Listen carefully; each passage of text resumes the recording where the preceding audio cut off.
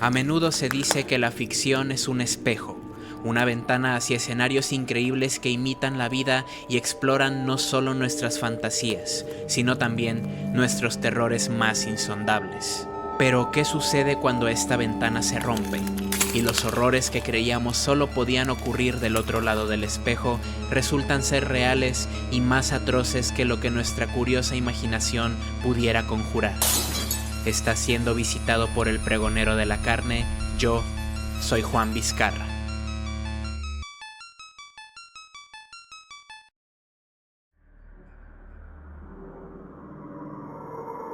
Año 1993, Merseyside, Inglaterra.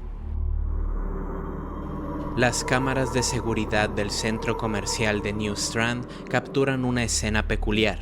Mientras la señora Denise Bolger le pagaba al carnicero, de pronto se da la vuelta para notar que su hijo de apenas 2 años, James Bolger, ha desaparecido. Unos instantes fue todo lo que necesitaron los jóvenes de 10 años, Robert Thompson y John Venables, para tomar de la mano a James y silenciosamente llevarlo fuera del centro comercial sin levantar ninguna sospecha. Los testigos después dirían que pensaron que se trataba de 2 niños llevando de la mano a su hermanito menor.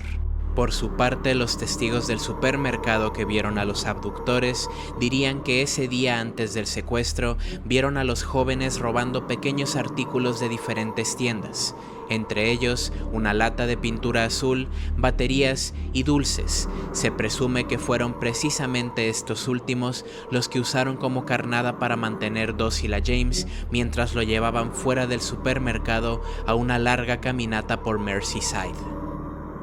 A casi 1 kilómetro del centro comercial, John y Robert llevaron al pequeño James al canal de Leeds en Liverpool, donde intencionalmente lo levantaron y azotaron su cabeza contra el suelo, causándole heridas superficiales en el rostro. Otro testigo ocular que pasó conduciendo cerca del canal diría que vio la escena y asumió que los jóvenes estaban ayudando al niño que acababa de caerse, restándole importancia y siguiendo con su camino. Casi 40 personas reportaron haber visto a los jóvenes Robert y John en compañía del pequeño James. A las pocas personas que preguntaron, John y Robert respondían que James era su hermano menor o un niño perdido y que lo estaban escoltando a la estación de policía. Eventualmente, los niños caminaron casi 6 kilómetros hasta llegar al condado de Walton, y en ese momento pareciera que los 2 secuestradores tuvieron un momento de incertidumbre una vez que estuvieron frente a las oficinas judiciales, un momento en el que se preguntaron si realmente querían hacer lo que hicieron a continuación. Pues inmediatamente después, John y Robert dieron media vuelta y llevaron a James a una infame estación de tren abandonada llamada Walton and Enfield, a unas cuantas cuadras de la estación de policía. Esta estación de tren fue clausurada al público en 1948. Aunque todavía tiene vías funcionales que permiten el paso del transporte, los trenes no hacen parada en esta estación. Y una vez que se aseguraron de que estaban completamente solos, comenzó el horror. Mientras uno de los chicos sujetaba la cabeza y los párpados del pequeño James, otro de ellos sacó la lata de pintura que había comprado y vació sus contenidos en el ojo izquierdo del niño. James fue soltado al piso, donde intentaba limpiar sus ojos, gritando del primer y último pánico que sentiría en su vida. Uno de los jóvenes aprovechó el momento para forzar varias baterías dentro de su boca y obligando a James a masticarlas y posteriormente comérselas. Mientras estaba en el suelo suplicando piedad, John y Robert lo patearon en repetidas ocasiones.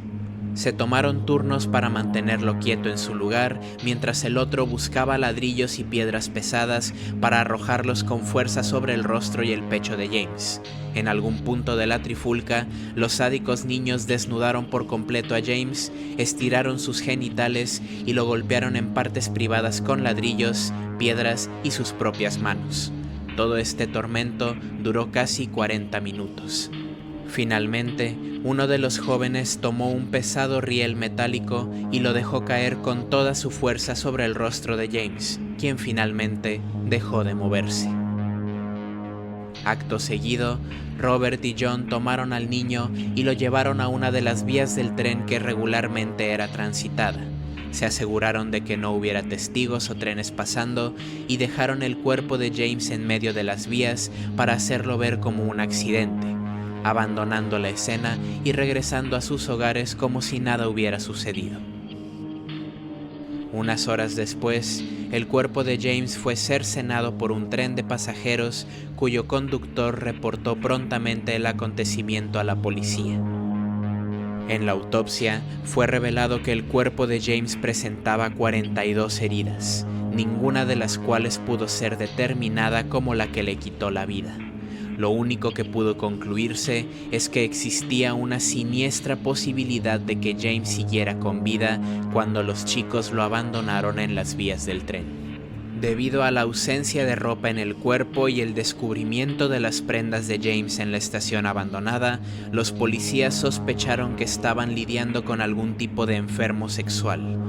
Pero las investigaciones subsecuentes y los testigos oculares del centro comercial y los ciudadanos de Merseyside finalmente revelaron la verdad que horrorizaría a todo el país.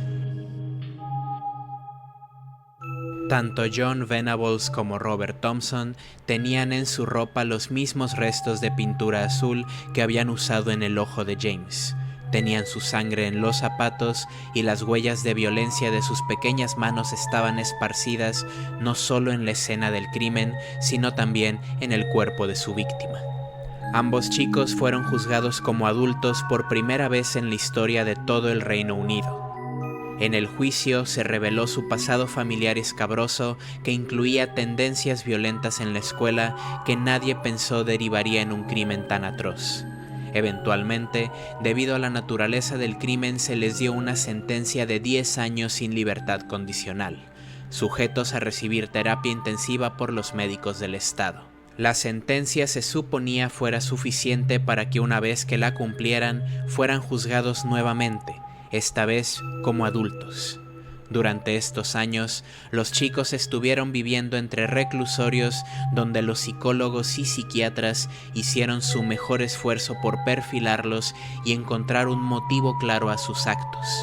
A pesar de la naturaleza sexual del crimen, como el hecho de que desnudaron a James y que se descubrió en la autopsia que su prepucio había sido estirado con violencia, los chicos en todo momento negaron la existencia de motivaciones sexuales en el crimen.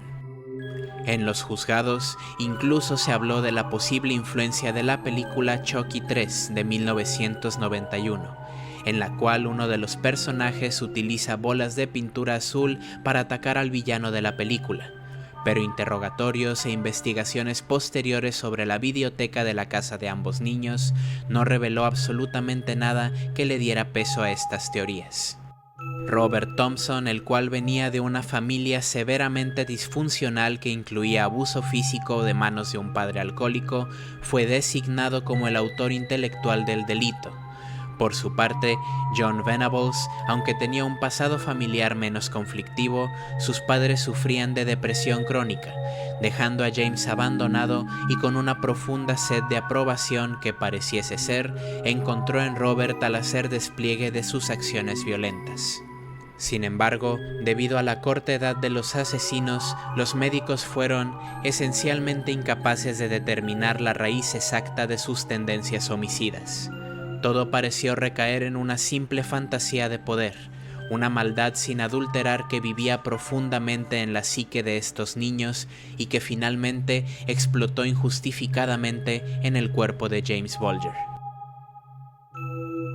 Durante las terapias, John Venables en particular declaró tener horribles pesadillas donde el joven se veía a sí mismo embarazado con el cadáver putrefacto de James, pensando que si él era el receptáculo para hacer que volviera a nacer, quizá podría remediar las cosas. Fue este mismo joven quien 24 años después, en 2017, gozando de una relativa libertad condicional y viviendo bajo una nueva identidad, volvería a ser arrestado en repetidas ocasiones debido al descubrimiento de pornografía infantil violenta en sus dispositivos personales, lo cual también incluía material macabro como un manual de pedofilia y videos snuff, en su mayoría con infanticidio. Si este siniestro desarrollo tuvo algo que ver con su niñez traumatizada o si siempre estuvo destinado a suceder, probablemente jamás lo sabremos. Y eso es lo más aterrador del caso. No podremos saber nunca a ciencia cierta los razonamientos detrás de estos actos tan terribles, si es que siquiera hay una motivación en absoluto. No existen héroes, ni deidades, ni elementos paranormales. Únicamente villanos y una tragedia inexplicable en un escenario tan cotidiano como el centro comercial cerca de tu trabajo o ese edificio abandonado que sueles frecuentar de regreso a casa. Un cruel recordatorio de que la realidad es más macabra y despiadada que el relato más repulsivo de tu imaginación.